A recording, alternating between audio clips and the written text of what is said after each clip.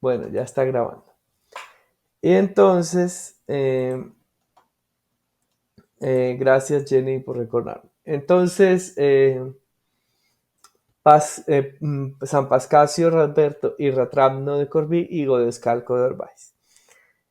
Ellos empiezan una discusión sobre qué es lo que pasa con el pan y el vino ahí, que son el cuerpo y la sangre de Cristo, y cómo es eso posible, ¿no? Entonces, San Rabano Mauro, que por cierto es el compositor del bello himno al Espíritu Santo Veni Creator Spiritus, y que fue un gran intelectual que tiene una obra de mundo sin conocer la física aristotélica. Por eso es una obra única. Bueno, eh, él dice que el pan y el vino son el cuerpo y la sangre de Cristo, pero un cuerpo y una sangre de Cristo nuevos, generados o creados ahí en la Eucaristía por el Espíritu Santo, por la acción del Espíritu Santo. Mm, eh, Pascasio, eh, no, Radberto dice que el pan y el vino son el cuerpo y la sangre de Cristo, pero no el cuerpo y la sangre de Cristo reales, sino solo misteriosos y no el que sufrió la pasión y no, sobre todo, no el que estuvo en el vientre de la Virgen María, el que se formó de la carne de María. Y, digamos, desestima la importancia de María para darle humanidad a Jesús, etc. Y Godescalco de Orbáez, pues dice que son, pues sugiere que son simbólicos o solamente de forma mistérica, pero que realmente no es realmente el cuerpo y la sangre de Cristo. ¿Será San Pascasio Radberto el que diga que ese es el cuerpo y la sangre de Cristo reales? El mismo cuerpo que se engendró por obra del Espíritu Santo en el vientre de la Virgen María, el mismo cuerpo por el que Cristo caminó por la tierra, el mismo cuerpo que padece en la cruz, apoyándose en las palabras de la consagración. Esto es mi cuerpo que será entregado por ustedes. Este es el cáliz de mi sangre que será derramada por ustedes y por muchos, ¿no? Entonces tiene que ser el mismo cuerpo y la misma sangre, pero ¿cómo? ¿Cómo es el mismo cuerpo y la misma sangre? Pues por la obra del Espíritu Santo que vuelve a ponerlos de presente, pero si es el mismo cuerpo y la misma sangre, entonces nosotros estamos comiéndonos a Dios, digamos, somos unos caníbales como se acusó a los cristianos en las persecuciones romanas bajo el emperador Marco Aurelio. ¿Qué está pasando ahí? ¿No? Entonces, sí es el mismo cuerpo y la misma sangre, pero en una presencia mistérica sacramental. Pero a pesar de que, digamos, eso se resuelve así por el momento, la discusión pues va a resurgir 2 siglos después, en el siglo X, perdón, en el siglo XI, alrededor del año 1000, y los protagonistas van a ser dos, eh, San Ratramno de Canterbury, ahora se me acaba de olvidar, bueno, y Berengario de Tours. Berengario de Tours va a ser el primero, va a ir más lejos que Godescalco de Orbáez, va a ser el primero que diga que eso solo es simbólico, que no hay ahí el cuerpo y la sangre de Cristo realmente, sino solo símbolos para hacer memoria, para recordar un hecho del pasado, pero nada más. Y que los comemos simbólicamente para unirnos espiritualmente con Dios, pero nada más. De esa teoría de Berengario de Tours, o dicho en el lenguaje más de la época de esa herejía, pues va a salir la herejía protestante y todo lo demás, ¿no? o en esa herejía se van a apoyar los protestantes, bueno, cuando hablan que la Eucaristía no es sino un convivio en el que nosotros nos reunimos, cenamos entre nosotros, convivimos entre nosotros y espiritualmente nos unimos con Dios. Pero el que se opuso a Berengario fue San Lanfranco de Bec, que llegó a ser arzobispo de Canterbury, maestro del gran San Anselmo de Canterbury, con el que nace más propiamente la escolástica, pero ya ven que en todo esto estaba ya naciendo la escolástica, ¿no? El modo de proceder de la filosofía escolástica a partir de las disputaciones y demás, y con toda la importancia de la lógica, bueno. Entonces, San Lanfranco va a decir que no, que estos son verdaderamente el cuerpo y la sangre de Cristo y que se da el cambio de la sustancia. Es decir, lo que se llama la doctrina de la transubstanciación, que es de lo que vamos a tratar dentro de 8 días, que es fundamental. Es un cambio fundamental en toda la comprensión de la Eucaristía. A partir de ahí, la Iglesia jamás se va a apartar de esa doctrina, que el cuerpo y la sangre, que el pan y el vino, aunque permanecen los accidentes que lo hacen ver como pan, sentir como pan, pero en el fondo de su sustancia son el cuerpo y la sangre de Cristo. Hubo un cambio de la sustancia. Ahora, ¿cuál es el problema, digamos, ahí? Que en el momento en que escribe esto, San Lanfranco se conocía la obra de Aristóteles solo una parte, la parte lógica del órgano que se llama, es decir, los primeros analíticos, los segundos analíticos, eh, las categorías, bueno, y otras obras del órgano de Aristóteles, de la obra lógica de Aristóteles, pero no se conocía su metafísica, su física, ¿sí? Pues que dan cambios en la comprensión del asunto de la sustancia y los accidentes de la materia y la forma y demás. Entonces, en la obra lógica hay sí parte de esa comprensión, pero esa comprensión estaba, digamos, incompleta. Entonces, eso va a generar pues un problema filosófico en la consideración del asunto de la transubstanciación. Pero a partir de ahí la iglesia no se va a separar nunca de eso. Una figura muy importante también va a ser el Papa Inocencio III, que va a escribir una carta oficial en la que ya usa la palabra transubstanciación y distintos concilios, pues los concilios pues que condenan a Berengario y que obligan a Berengario a retractarse y a hacer un juramento. Yo lo leí hace 8 días, el juramento de Berengario sobre la Eucaristía. Fue bajo el Papa San Gregorio VII, un papa muy importante que inicia las reformas gregorianas, en el Concilio Sexto de Roma del año 1079. Pero ahí no es, ahí el punto fundamental del juramento de Berengario es que dice que el pan y el vino, mire, creo de corazón y confieso de boca que el pan y el vino que se ponen en el altar por el misterio de la sagrada oración y por las palabras de nuestro Redentor, se convierten sustancialmente en la verdadera, propia y vivificante carne y sangre de Jesucristo nuestro Señor, y que después de la consagración son el verdadero cuerpo de Cristo que nació de la Virgen. La discusión que había, que se quería sacar, es decir, que se quería menguar la importancia del hecho de que se geste Cristo en el vientre de María.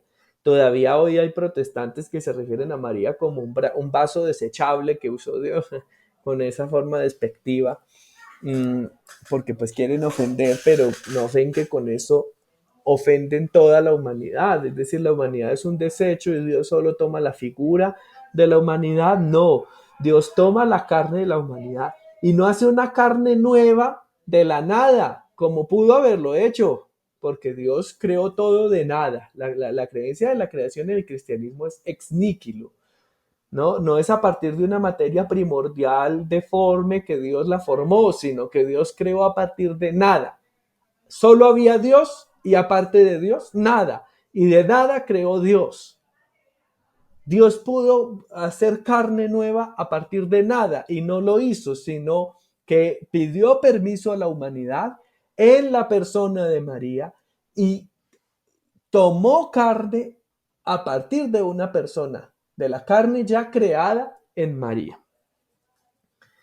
Entonces, aquí Berengario tiene que decir que nació de la Virgen y que ofrecido por la salvación del mundo estuvo pendiente de la cruz. El otro problema eh, que Berengario sostenía por culpa de Ratramno y que mantiene la herejía protestante, ¿no? Que no es la carne que estuvo pendiente de la cruz, sino una cosa simbólica o diferente o lo que sea. Pero aquí tiene que decirlo en el juramento. Y está sentado a la diestra del Padre. Es decir, el mismo cuerpo que se engendró en María, que sufrió la pasión de la cruz, es el mismo cuerpo que resucitó y que está glorioso en Dios Padre, y es el mismo que se hace presente en la transubstanciación del pan y del vino. Y la verdadera, y dice aquí el juramento, y la verdadera sangre de Cristo que se derramó de su costado, no solo por el signo y virtud del sacramento, ahí está, no solo por el signo y virtud, virtud en el sentido poderoso de fuerza, virtus en latín es una fuerza, sino en la propiedad de la naturaleza y verdad de la sustancia. Como en este breve se contiene, yo he leído y vosotros entendéis. Así lo creo y en adelante no enseñaré contra esta fe. Así Dios me ayude y estos santos evangelios de Dios. Y por eso Berengario, Berengario no fue, no se quedó en su error, ¿no? Sino aceptó esta verdad. Bueno, Inocencio III, que es papa entre 1198 y 1216, va a escribir una carta explicando, él va a ser muy importante porque él va a explicar sacramentos como el bautismo y demás, y también explica la Eucaristía. Y él ya va a escribir la palabra transubstanciación. Y además va a agregar algo muy importante, o pues va a agregar, no, va a aclarar algo que ya estaba. Dice, en el canon de la misa se halla interpuesta la expresión mysterium fidei. Hoy vamos a hablar un poco de eso, a las palabras mismas. A la verdad, muchas son las cosas que vemos haber omitido los evangelistas, tanto de las palabras como de los hechos del Señor, que se lee haber suplido luego los apóstoles de palabra o haber expresado de hecho. Ahora bien, de esa palabra sobre la que tu paternidad pregunta, es que es una carta con un obispo. Es decir, Mysterium Fidei, algunos pensaron sacar un apoyo para su error. ¿Cuál error? Aquel de que el sacramento era solamente una cuestión mistérica, una cuestión de símbolo de fe, pero no el propio sacramento. Bueno, ahorita vamos a volver sobre esto y lo voy a explicar más. Pero lo importante es que dice que esta palabra Mysterium Fidei no admite ese error, sino que en el sacramento del altar está verdaderamente el cuerpo y la sangre de Cristo.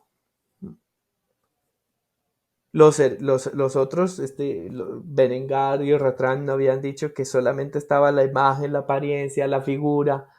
Bueno, y a partir de eso, pues hace 8 días hablábamos del asunto de la figura. ¿Por qué? Pues porque el himno, por el oficio que leímos de Santo Tomás, que leímos el himno Panis Angelicus, que tiene dos partes, la Panis Angelicus y Tantum Ergo, en la que se habla dos veces de las antiguas figuras que ceden el paso al nuevo rito, o del antiguo documento que cede el paso al nuevo. Pues se refiere Santo Tomás al cambio del Antiguo Testamento al Nuevo Testamento, que hoy vamos a profundizar de eso, pero de que todo el Antiguo era una prefiguración, una figura de la realidad que viene con Cristo en el Nuevo Testamento. La realidad del sacramento es Cristo mismo, y los sacrificios del Antiguo Testamento solo eran figuras de esa realidad, pero en cuanto figuras participan de la realidad. Y por eso se dice que Cristo había muerto. Cristo murió en el cordero sacrificado por Abraham para salvar a su hijo Isaac. Y Cristo murió en los corderos sacrificados por los judíos desde Moisés, ¿sí? Pero en figura, participando esas figuras de la realidad de la muerte de la cruz.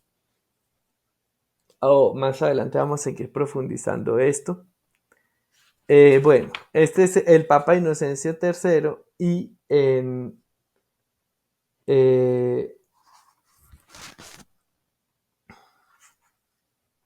poco antes del, del, del-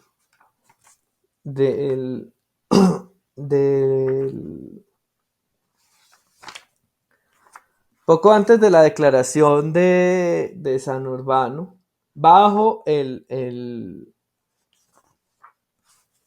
perdón, tengo que devolverme a Inocencio III porque él tiene otra carta eh,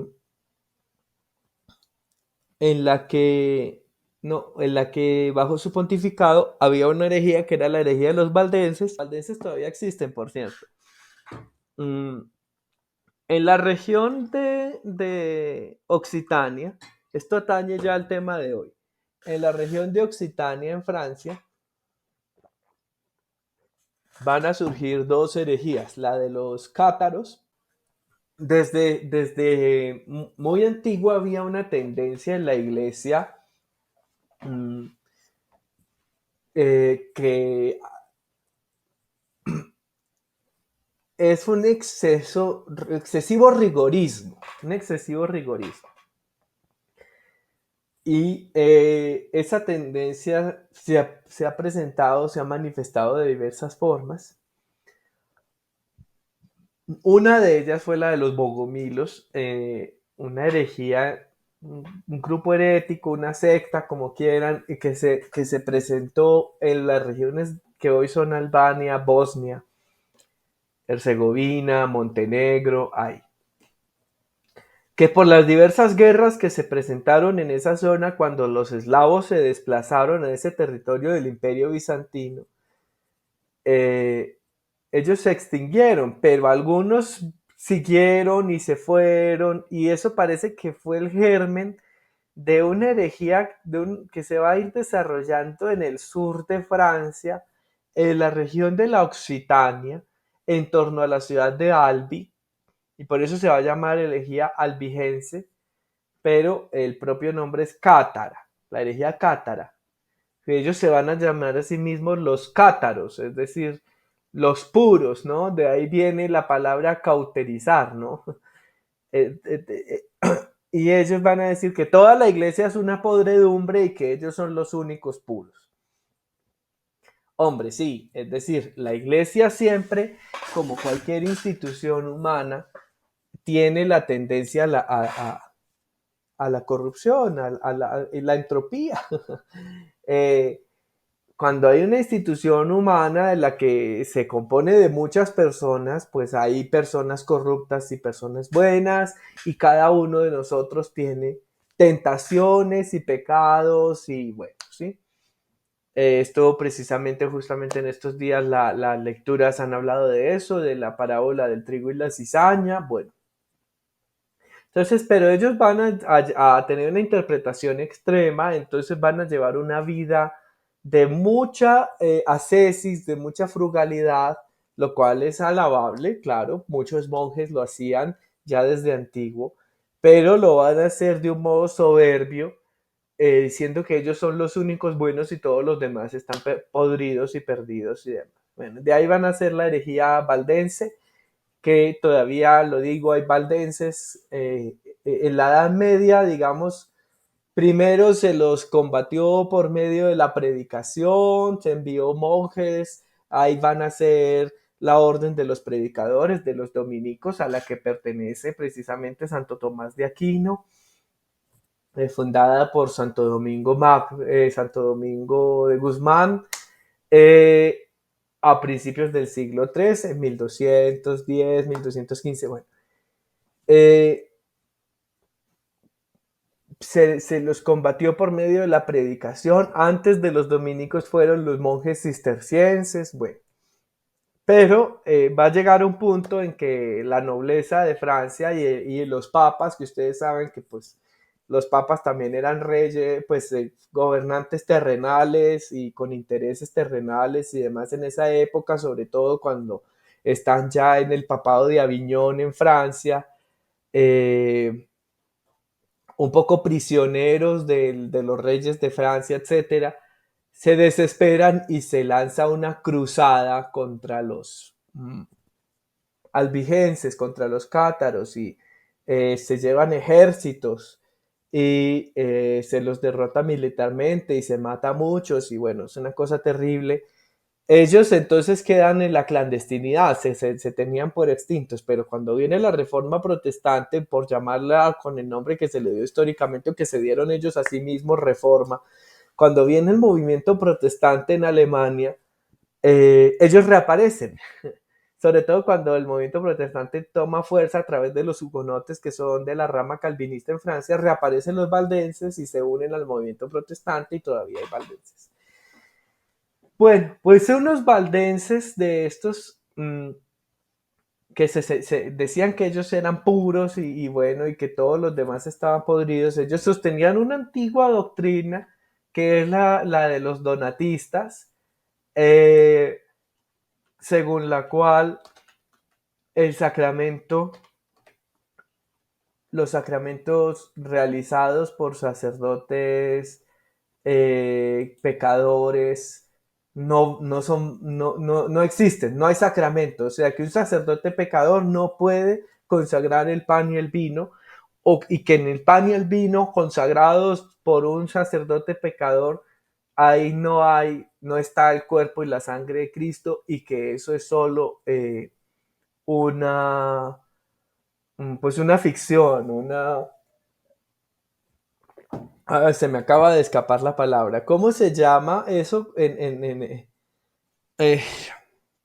un simulacro? Un simulacro. Digamos, el término técnico que se le ha dado a eso, no solo los ambientes heréticos, sino también la iglesia habla de simulacro cuando no hay sacramento de verdad, pero no por la que un sacerdote sea pecador, sino porque alguien no sacerdote, eh, por ejemplo, Sara, cogiera un cáliz y le echara vino y unas hostias y dijera las palabras de la consagración, ahí no hay sacramento, ¿no? Es un simulacro. Bueno, entonces uno de esos era Durando de Huesca, uno de esos valdenses.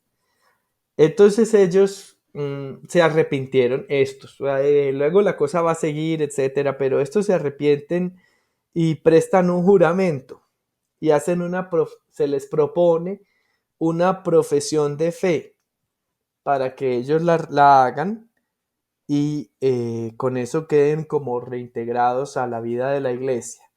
Y en esa profesión de fe, ¿de qué libro estoy leyendo, por cierto? Por el que ustedes lo quieren consultar, de pronto en alguna biblioteca, por la Javeriana o de alguna universidad la encuentran, o en internet creo.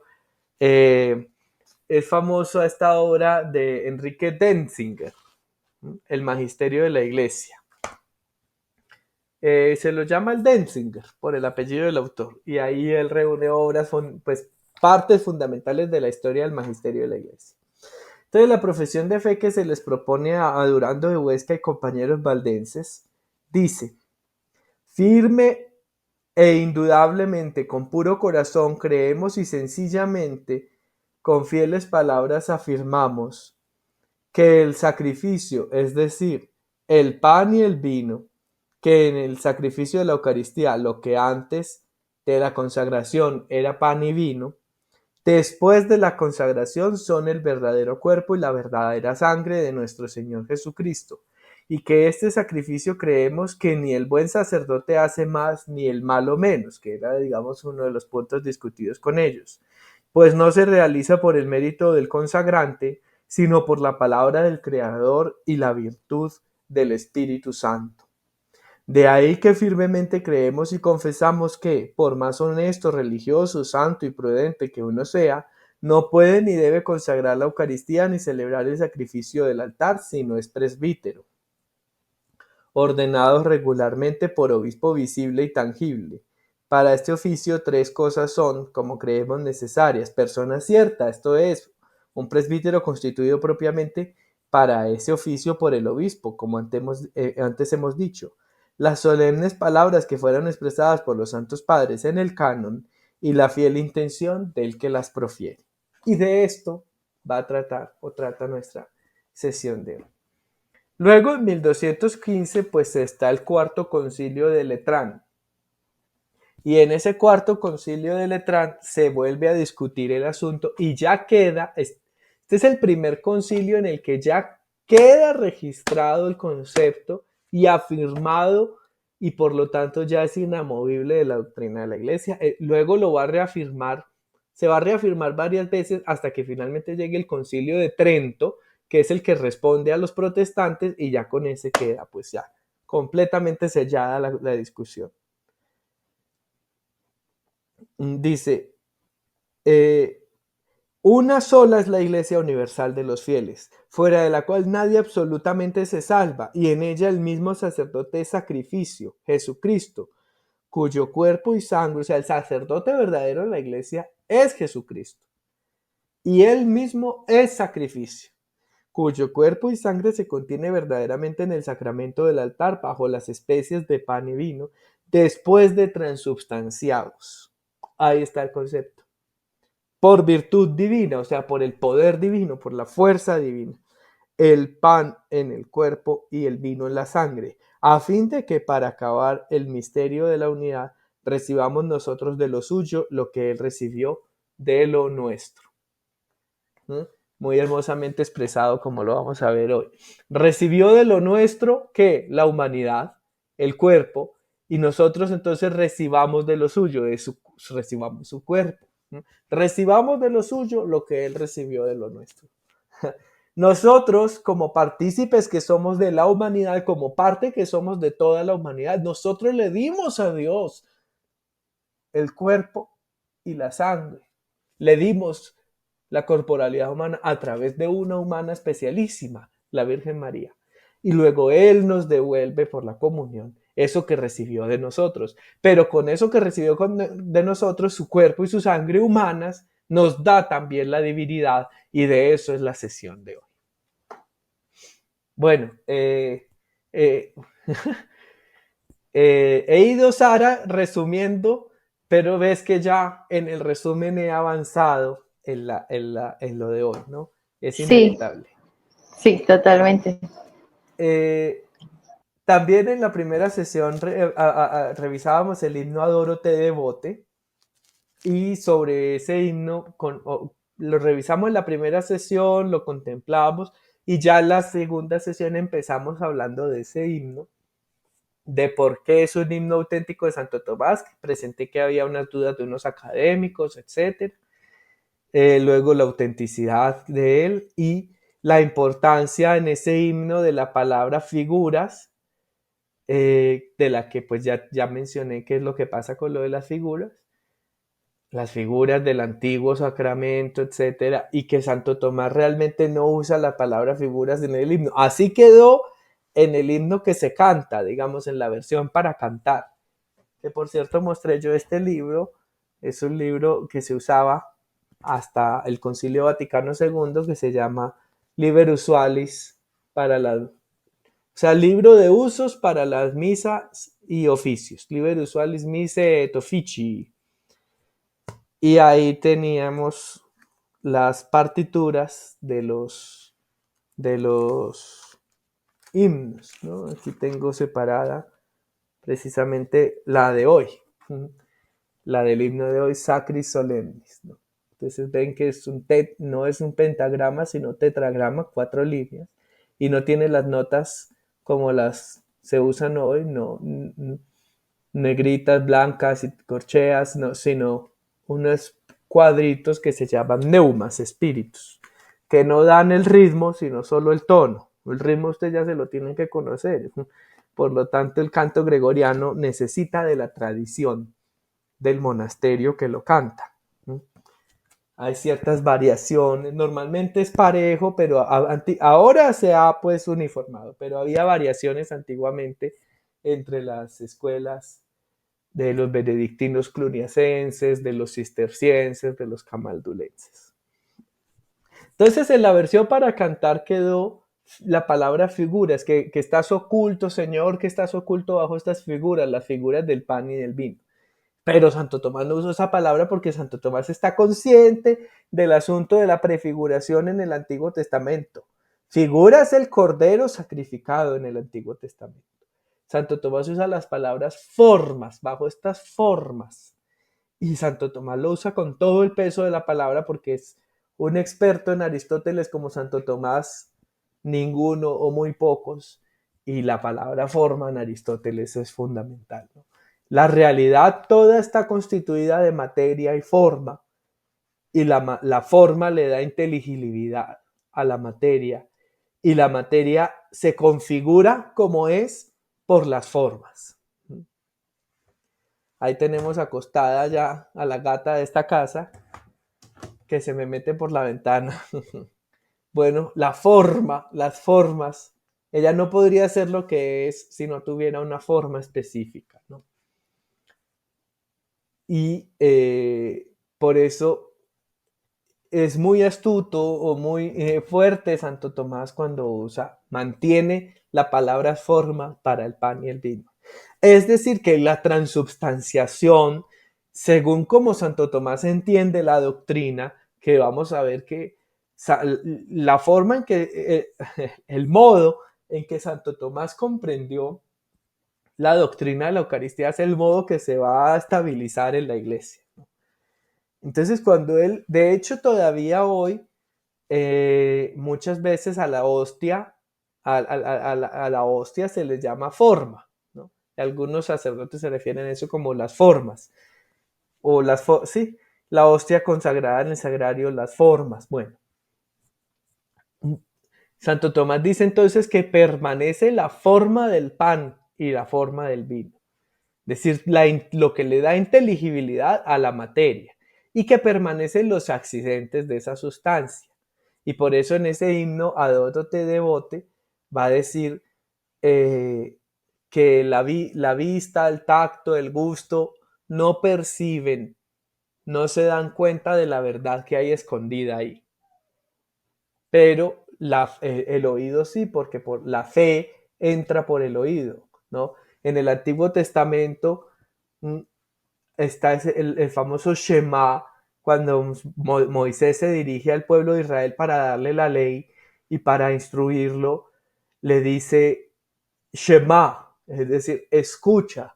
Shema Israel, Adonai Eloheinu, Adonai Elah. Escucha Israel, el Señor es tu Dios, uno solo es el Señor. Él será tu Dios y tú serás su pueblo. La fe empieza por la escucha, Shema, ¿no? Yo citaba a Karl Rahner en el libro El oyente de la palabra. Decir, la fe nos viene, entra por la escucha. ¿Y qué recibimos? ¿Qué recibimos por el sentido de la audición? La palabra.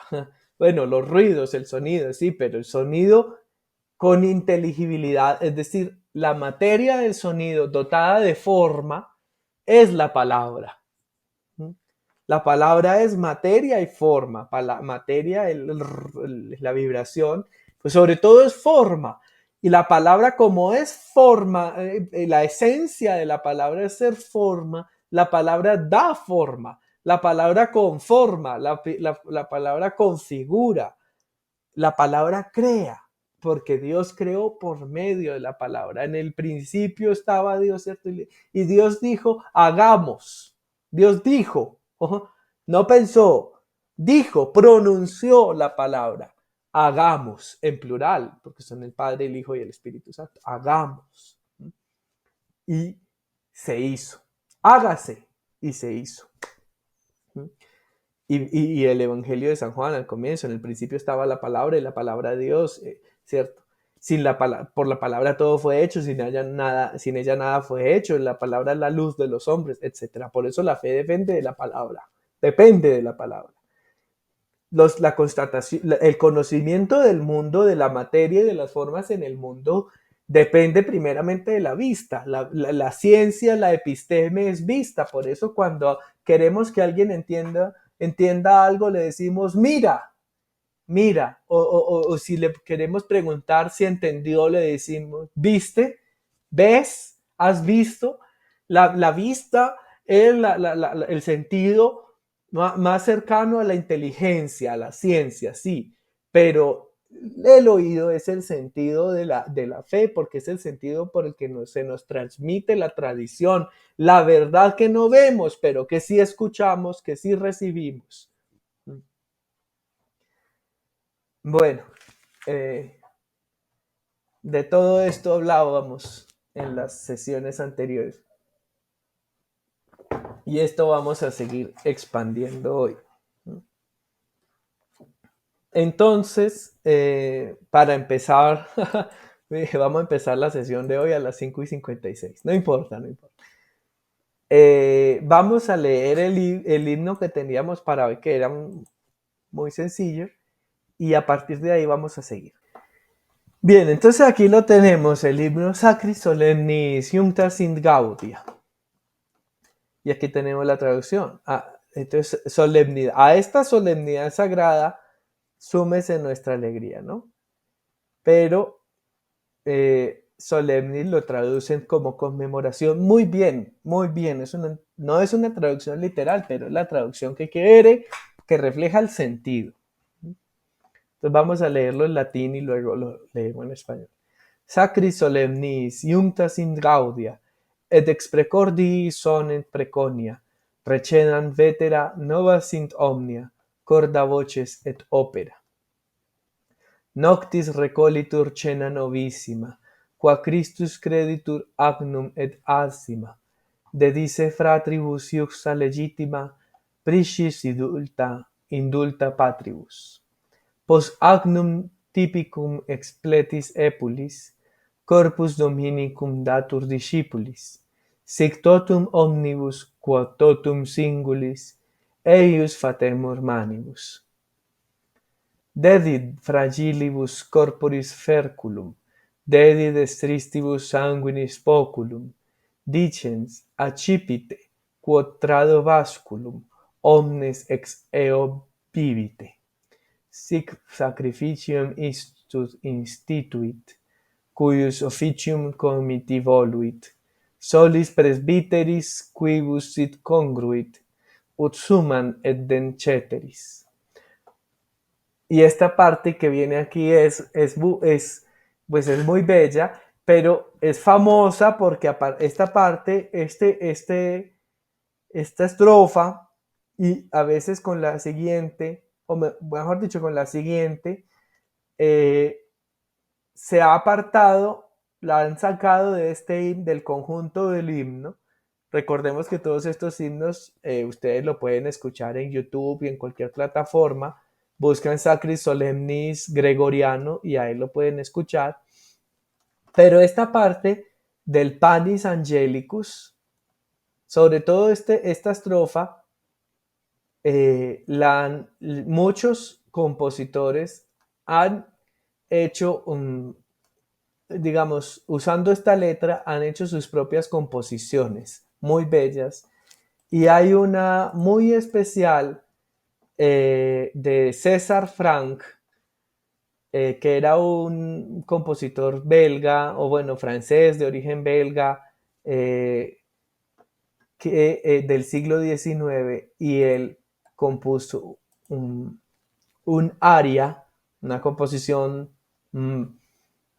para cantada para una misa que él hizo una misa completa, pero compuso un aria, es decir, una pieza que ha sido de fama mundial, la han cantado Pavarotti y la han cantado muchísimos más de los mejores cantantes, la pueden escuchar también solo si ustedes buscan Panis Angelicus. La composición de él es con las dos estrofas, pero normalmente pues se canta esta. Panis Angelicus fit panis hominum, dat panis celicus figuris terminum, o res mirabilis manducat dominum, servus pauper et humilis. Tetrina deitas unaque poscimus, sic tu nos visitas sicut te colimus, per tuas semitas duc nos quo tendimus, ad lucem quam inhabitas. Ahora vamos a leer la traducción, vamos a ir comentando. A esta conmemoración sagrada, Entonces vemos que hoy yo le había puesto como título a la sesión memorial, el memorial, ¿sí? ¿Por qué? Porque la doctrina de la iglesia sobre este sacramento y de lo que nos recuerda Santo Tomás, que ustedes lo vieron lo vieron en el artículo 1 de la cuestión 83, es que estamos celebrando una conmemoración, pero que esa conmemoración no la debemos entender simplemente como el recuerdo de unos hechos del pasado, algo que se hizo en lo antiguo y que nosotros nos reunimos para simbolizarlo, para ponerlo en acto como una obra de teatro, de modo que podamos recordar artísticamente eso que pasó, sino que vuelve a suceder. ¿Mm? Nos conectamos mistérica, sacramentalmente, con ese pasado, con la última cena del Señor Jesucristo, en el que Él se entregó a sus apóstoles y a todos nosotros, y nos conectamos con la pasión de Cristo, con su sacrificio y su muerte en la cruz por toda la humanidad. Y ahí, en cada sacramento, Cristo vuelve a inmolarse. Y por eso la iglesia llama a la Eucaristía el sacrificio de la misa y la llama también sacrificio incruento. Incruento, cruor en latín es sangre. Crueldad es lo que saca sangre, lo cruel es lo que nos saca la sangre, ¿no? Pero incruento es sin sangre. El sacrificio de Cristo fue cruento, cruel, con sangre, con mucha sangre, pero este sacrificio incruento, porque está la sangre sacramental, sí, pero ahí no torturamos a nadie de nuevo, ¿no? Entonces, vayamos de una vez a la cuestión 83, artículo 1. Si se inmola Cristo en la celebración de este misterio. Y en la respuesta dice, por doble motivo se llama inmolación de Cristo a la celebración de este sacramento. Primeramente porque dice San Agustín que suelen las imágenes nombrarse con los nombres de quienes son imágenes. Y así al mirar una tabla o pintura en la pared decimos, este es Cicerón, aquel Salustio, ¿no? Entonces la celebración del sacramento es una imagen representativa de la, verdad, de la pasión que es verdadera inmolación. Bueno, hasta ahí no estamos como muy lejos de los protestantes, pero vamos a ver la diferencia. Por eso dice San Ambrosio, en Cristo se ofreció una sola vez la hostia que podía consagrar la salud eterna. ¿Y nosotros acaso no ofrecemos todos los días? Sí, pero en memoria de su muerte, dice San Ambrosio. En segundo lugar, se llama este sacramento inmolación por el orden que dice a los efectos de la pasión, de cuyos frutos nos hace participar. Ahí está la gran clave, la participación, ¿no? Hace 8 días yo explicaba esa noción, que es una cuestión metafísica, la de la participación. ¿Qué hay de común entre Dios y las criaturas? Es la pregunta de la que van a hacer esto. Entre Dios, entre el Creador y las criaturas, entre el sumo ser y los seres, ¿no? Cuando se dice que Sara es y que una piedra es y que Dios es, se dice lo mismo, hay univocidad, es una sola forma, es lo mismo, el ser de Dios y el ser de la piedra y el ser de Sara, o hay equivocidad, uno es el ser de la piedra, otro el de Sara y otro el de Dios. La opción de Santo Tomás no es ninguna de las dos, sino la analogía.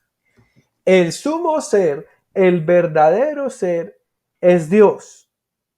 Y por el ser de Dios, nosotros todos somos, porque nos hacemos partícipes, porque participamos de su ser. Todo cuanto es porque Dios es y porque le viene el ser de Dios que es su creador. Pero la distancia entre nosotros y el ser de Dios es enorme, ¿no? Es infinita. Y el que es verdaderamente es Él. Por eso el nombre de Dios en la Biblia es Yahvé, en Éxodo 3:14 es yo soy el que soy, ¿no? Ego sum qui sum. Dios es y nosotros somos solo como participación del ser de Dios. ¿Y cómo se explica esto de la analogía? Entonces, hay el ejemplo clásico, el ejemplo que da Aristóteles y que desarrolla Tomás es el de la salud. Una es la salud, pero ¿qué es la salud? ¿Es la misma la salud de Sara que la mía? Bueno, y entonces hay varias cosas. Entonces, por la salud decimos que una persona es sana, es decir, que no tiene enfermedades, que está bien constituida en su cuerpo, que no le faltan miembros de su cuerpo, que está en buen estado físico, lo que sea, ¿cierto? Entonces, sano soy yo, Juan Esteban, porque no tengo enfermedades raras, gracias a Dios, pero no soy tan sano porque no tengo un muy buen estado físico. Ya ven que yo tengo sobrepeso, lo que sea, ¿cierto? Entonces, pero yo soy sano y el atleta es sano. Y la medicina que le dan al enfermo para sanar es sana, ¿sí? Llamamos que eso es sano. O el alimento es sano, ¿no? Entonces, la lechuga es muy sana, mijito, cómasela. Eh, y el médico da salud, ¿cierto? Y bueno, entonces hay muchas cosas que se dicen sanas o que dicen orden o relación con lo sano, pero la salud es una. Lo mismo hay muchas cosas que son seres o que dicen orden y relación con el ser, pero el ser es uno, el ser que está en Dios. Y todos nosotros somos partícipes del ser como la medicina, la lechuga y la persona sana participan de la salud, ¿no? Son distintas participaciones. Entonces aquí aparece la palabra, ¿no? De cuyos frutos, la pasión, los efectos de la pasión, de cuyos frutos nos hace participar, nos hace partícipes en latín, ¿no? Quia scilicet per hoc sacramentum participes efficimur fructus dominice passionis. ¿Qué pasa? Y lo decíamos hace 8 días. En el único cuerpo, el pan y el vino, ese pan y vino que consagramos, que mantiene la forma, ¿no? Bajo estas formas estás oculto, dice el himno Adoro te devote. Ese pan y vino es un solo pan, a pesar de que haya muchas hostias, muchas formas, a pesar de que haya infinidad de hostias. Es un solo pan, porque es un solo cuerpo, el cuerpo de Cristo. El cuerpo formado en el vientre de la Virgen María y muerto por nosotros en el madero de la cruz. De modo que cuando el sacerdote consagra las formas, esas formas se hacen partícipes de un solo cuerpo. Cuando nosotros las comulgamos, nos hacemos partícipes, participamos. Como participamos de la salud, como participamos del ser, participamos del único cuerpo de Cristo. Somos partícipes de un solo cuerpo, de una sola realidad, de una sola sangre. Y por eso nos componemos en un cuerpo místico. Como lo explica San Pablo, la iglesia es el cuerpo y Cristo es la cabeza. O la iglesia es el cuerpo de Cristo. ¿Sí? Todos somos el mismo cuerpo, muchos miembros, una es la cabeza, no sé qué. Todo esto es San Pablo. En los Corintios, en los Romanos, en los Efesios. Y nosotros, entonces todos por la comunión del único pan nos hacemos partícipes, metafísicamente, sacramentalmente, mistéricamente, espiritualmente. Los ortodoxos a los sacramentos los llaman los misterios, ¿no? nos hacemos de un solo cuerpo. Y entonces ahora nos dice Santo Tomás que nos hacemos partícipes de la pasión del Señor. Cristo murió históricamente una vez, sí, una vez, no más. Y resucitado ya no muere más, dice San Pablo. El sacrificio es uno solo. Pero al nosotros comulgar hoy, estamos participando de ese sacrificio hace 2000 años. Entonces no es un mero recuerdo, no es un mero símbolo, sino que sacramentalmente estamos volviendo, Cristo se inmola ahí, en la única inmolación, como una sola es la salud. Muchos son los cuerpos sanos, una es la salud. Muchas son las Eucaristías, una es la pasión. Pero cada Eucaristía participa de la inmolación de Cristo en la pasión. Y así nosotros participamos de eso. Para ponerlo en otros términos, cuando Cristo allá en la última cena dijo, este es mi cuerpo, de ese mismo cuerpo que él tenía entre sus manos, estamos nosotros comulgando en cada Eucaristía. Para ponerlo en otros términos, del Cristo que está ahí en la cruz, entregando su vida por nosotros, de ese es el que estamos participando nosotros hoy. ¿Por qué? Porque sale los límites del espacio y de los límites del espacio y del tiempo por la participación sacramental. No sé si está quedando claro. Díganme si están quedando con dudas.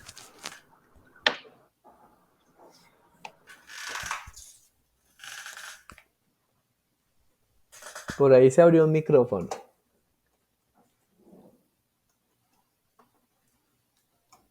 Bueno,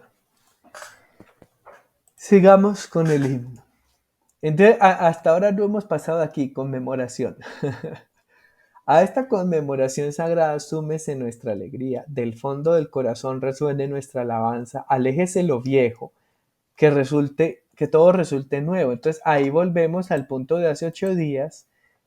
Aléjese lo viejo es las antiguas figuras, las prefiguraciones antiguas del sacramento, los corderos inmolados y sacrificados por el pueblo judío, ¿sí? Ya no se necesitan porque ya hay lo nuevo que es Cristo. Y Cristo lo hace todo nuevo, dice San Pablo, ¿no? Esto era la visión de Dios, recapitular en Cristo todas las cosas, ¿no? Para hacerlas todas nuevas, una nueva creación, ¿no? La encarnación de Cristo, cuando Cristo toma nuestra carne, renueva la humanidad, hace una nueva creación de la humanidad. En lo antiguo, usando la carne antigua, en el vientre de la Virgen María, hace una nueva humanidad en el cuerpo precioso de Cristo. Y en la pasión, entregándose por nosotros, nos hace partícipes a todos nosotros de esa nueva humanidad y nos hace ser de la nueva humanidad por el bautismo. Entonces, por el bautismo morimos al pecado y nacemos. Morimos al hombre viejo, dice la doctrina de la Iglesia, y nacemos al hombre nuevo. Se aleja lo viejo, la antigua humanidad, y ya somos parte de la nueva humanidad. Y por este sacramento de la Eucaristía, entonces ya no hacemos ya no participamos de los antiguos sacrificios, sino del nuevo, con el que hay una nueva creación. No solo una nueva humanidad, sino una renovación total de la creación. Que resulte todo nuevo, corazones, palabras y obras. Se conmemora la última cena de la noche aquella en que Cristo, así se cree, se dio como cordero y panásimo, las antiguas figuras, el cordero y el panásimo, Cristo en la última cena, la renovación, ¿no? De la que estamos participando, a sus hermanos, ateniéndose a la ley que fue dictada a nuestros antiguos ancestros. Esto lo explicamos hace 8 días. Cristo plenifica la ley, no la deroga, no la destruye, sino que la lleva a la plenitud. La plenitud de la ley no es ella misma, sino Cristo. Al concluir el banquete del modélico cordero, les fue dado a los discípulos el cuerpo del Señor. El modélico, mire. Entonces el modelo es Dios, recordémoslo otra vez lo de la participación, Dios es el sumo ser y de su ser todos somos seres. Así lo mismo aquí, Él es el modelo, es decir, el único verdadero cordero y todo el sacrificio viene de ahí. Todo pan y vino que consagramos es ese, ¿no? Les fue dado a los discípulos el cuerpo del Señor, a todos entero, todo entero en cada uno. En cada hostia está toda la corporalidad del Señor, todo el ser del Señor. El Señor entero está en cada hostiecita. Y como decíamos hace 8 días, por la cita que hace Santo Tomás de San Agustín, sin embargo, cuando comulgamos la hostia, sucede lo contrario a cuando comemos cualquier alimento. Cuando yo tomo el agua hace parte de mi cuerpo. Yo la incorporo, la hago parte de mi cuerpo y se convierte en mí, en sangre, en lo que yo necesito para mantenerme hidratado, para mantener vivas las células, etcétera, etcétera, y lo que sobra en orina, ¿cierto? Pero cuando nosotros comulgamos a Cristo ocurre lo contrario. No somos nosotros los que incorporamos a Cristo, sino que Cristo nos incorpora en Él. Con sus propias manos lo hizo, así lo confesamos. Aquellos hombres frágiles su cuerpo les dio como alimento. Aquellos hombres tristes ofrecióles la copa de su sangre. La copa tiene un doble significado, ¿no? Cuando estamos alegres en un banquete, pues le echamos, tenemos unas copas y les echamos vino. Es un signo de alegría, ¿cierto? Pero también es el signo de la pasión del Señor, ¿no? Jesús se refiere así, ¿no? Cuando habla con el Padre en la oración en el huerto de los olivos: Padre, si puedes, aparta de mí este cáliz, pero que no se haga mi voluntad sino la tuya. O cuando hablaba con los discípulos Juan y Santiago, que querían estar uno a su izquierda y otro a su derecha en el reino de los cielos, les dice: no saben lo que piden, seréis capaces de beber el cáliz que yo he de beber, la copa que yo he de beber. El cáliz es la pasión del Señor, diciéndoles: tomad este cáliz, es decir, tomar su sangre, su pasión, participar de su pasión. Cuando tomamos el cáliz nos hacemos partícipes de la pasión de Cristo, de su muerte en la cruz, pero también entonces quedamos invitados, o mejor dicho, comprometidos también a dar nuestra vida como Él la dio, a nuestra propia pasión, a nuestra propia cruz, que participa de la única cruz, que es la cruz de Cristo. Y por eso dice San Pablo: completamos en nuestra carne los dolores de Cristo, los sufrimientos de Cristo. O dice la iglesia: cada sacrificio que tú haces participa del único sacrificio de Cristo. Es Cristo sacrificándose otra vez en ti. El domingo recordábamos a un mártir ejemplar, San Maximiliano María Kolbe, que dio su vida a cambio de la de un judío en un campo de concentración. Estaban ellos en un campo de concentración, él por ser sacerdote, los otros por ser judíos, y se escapó a alguien y como castigo hicieron una diezmaron, ¿no? Entonces de cada 10 escogieron a uno a suertes para matarlo. Y del grupo en el que estaba Maximiliano salió uno que tenía esposa e hijos y empezó a lamentarse que qué iba a pasar con su esposa, con sus hijos y todo eso. Y Maximiliano le pidió al carcelero, al lugarteniente nazi, que lo matara a él en lugar de a este hombre. Y el lugarteniente acepta. Y la muerte fue 2 semanas de encierro, sin pan y sin agua, de morir de inanición, de hambre, ¿no? Una muerte horrible. Y San Maximiliano reunía a toda la gente a orar, los mantenía orando todo el día para poder aguantar esa tortura. ¿Qué hizo ahí Maximiliano según la doctrina de la Iglesia? Participó de la única pasión de Cristo. Dicho en otras palabras, Cristo volvió a morir en Maximiliano María Kolbe. Cristo volvió a ser crucificado en Maximiliano María Kolbe. Dicho de un modo más preciso, teológicamente, metafísicamente, cuando Cristo murió en la cruz, ahí estaba muriendo Maximiliano María Kolbe. Tomad todos este cáliz que os entrego y bebed todos de él. Ese es el compromiso. De esta manera instituyó este sacrificio, cuya celebración quiso que fuese confiada tan solo a los sacerdotes.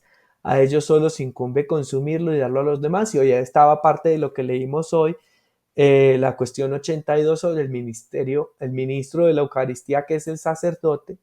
Jesús les dijo a unos: tomen, coman, hagan esto en conmemoración mía, que son los apóstoles, y los apóstoles configuran a otros, constituyen a otros que son los presbíteros para hacer ese sacrificio. Pero ellos son los ministros. Ministro quiere decir siervo, servidor, y es el que administra, el que entrega, el que da. El sacerdote, el presbítero es el ministro, pero todos los cristianos, Sara, Samuel, Jenny, si ustedes van a misa o han ido alguna vez a misa, ahí ustedes fueron sacerdotes también. Ustedes tienen un sacerdocio, todos, yo no soy presbítero sino diácono. Todos tenemos un sacerdocio universal, en el cual nosotros entregamos nuestra vida a Dios. Le devolvemos lo que Él nos dio, que es la vida. ¿Cómo? Sirviendo a los demás, ayudando a los demás, orando, ofreciéndole a Dios todo lo que hacemos. Pero también en la Eucaristía nosotros participamos del ofrecimiento del sacramento. Sin embargo, hay uno que es el ministro, que es el encargado, y solo Él puede servir como herramienta de Dios para la consagración. Entonces ahí viene lo que había yo anunciado que íbamos a hablar, que es el asunto de los donatistas, de los valdenses, de los occitanos, albigenses, cátaros, que ellos decían que solo que el pecador no puede ser sacerdote, o que el sacerdote que peca ya no puede consagrar. Si eso fuera así, no sería posible la consagración. No habría misa, porque es que todo sacerdote peca, así sea venialmente, ¿no? Bueno, entonces digamos que solo el que peque gravemente, bueno, igual se pondría muy difícil, ¿no? Pero, ¿qué pasa? Que lo explica Santo Tomás ahí en la cuestión 82, pero ya lo había explicado en la cuestión 78. Dios es el que realiza la Eucaristía. Y el sacerdote es su instrumento, el instrumento capacitado. ¿Por qué? Porque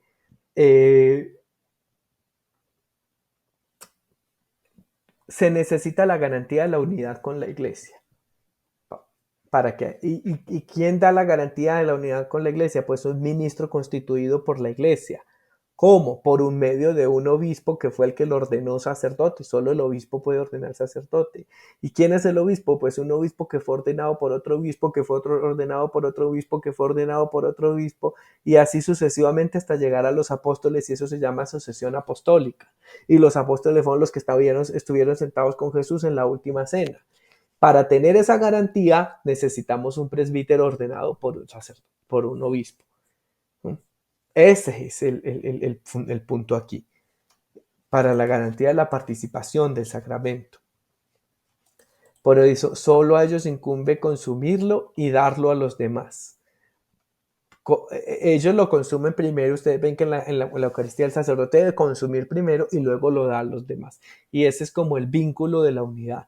De hecho, todavía en el rito de la Eucaristía se conserva una costumbre antigua, que es que el sacerdote parte la hostia y saca un pedacito y lo echa en el cáliz. Pero esto tiene un origen antiguo, y era que el obispo consagraba y le enviaba a todos los sacerdotes una hostia que echaban en el cáliz, que los hacía, que era como garantía de unidad de cada sacerdote con el obispo. Y el obispo es la garantía de la unidad con la iglesia, y por lo tanto con los apóstoles, y por lo tanto con Cristo.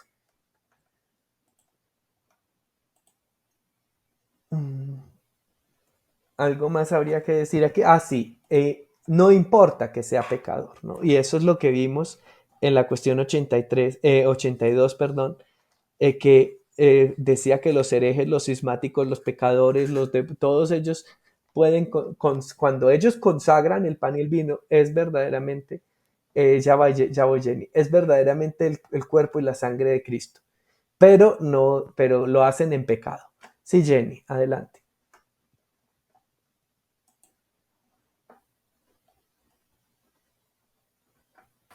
Lo que pasa es que yo, pues acá en la cuestión 82, leo que, bueno, al principio tú ya explicaste que hablaban de un sacerdote bueno y sacerdote malo.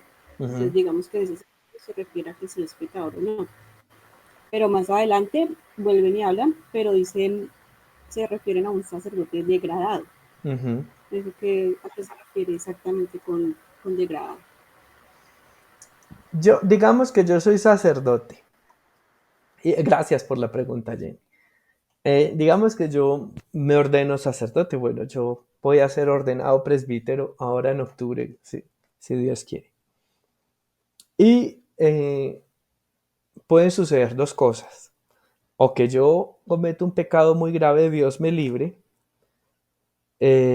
y por ese pecado muy grave la iglesia se da cuenta y me castiga, me condena a que ya no puedo ejercer nunca más mi ministerio sacerdotal, y esa es la degradación. No dejo de ser sacerdote, porque el orden sacerdotal, ahí decía en la cuestión 82, imprime carácter, como el bautismo. Un bautizado no deja de ser bautizado por más que peque. Se Sí, condena. porque solo, ujú. Sí, Sara, adelante. Sí, porque solamente Dios es el único que puede agregar, dar o quitar esa potestad. No sé, como por ejemplo eso lo decía en el 82, que algo muy bello, pues, que leí acerca de entre el ministerio, el ministro bueno o malo, y Santo Tomás decía, pues, citando a San Agustín, sobre eso, y es que prácticamente pues los ministros hacen como el pecado de toda la iglesia su carne, ¿no? Entonces, eh, Dios dice como, bueno, o sea, eres mi mensajero, pero no te va a tomar en cuenta las oraciones privadas. Entonces, es eso, creo que es por más castigos humanos, y de hecho Santo Tomás decía que eh, hasta es un remedio, es una medicina, porque te da tiempo para redimirte de tu error. La excomunión, Porque, la excomunión. exacto, la excomunión, sí. Ujú. Entonces, sí, es una muestra de la virtud de la generosidad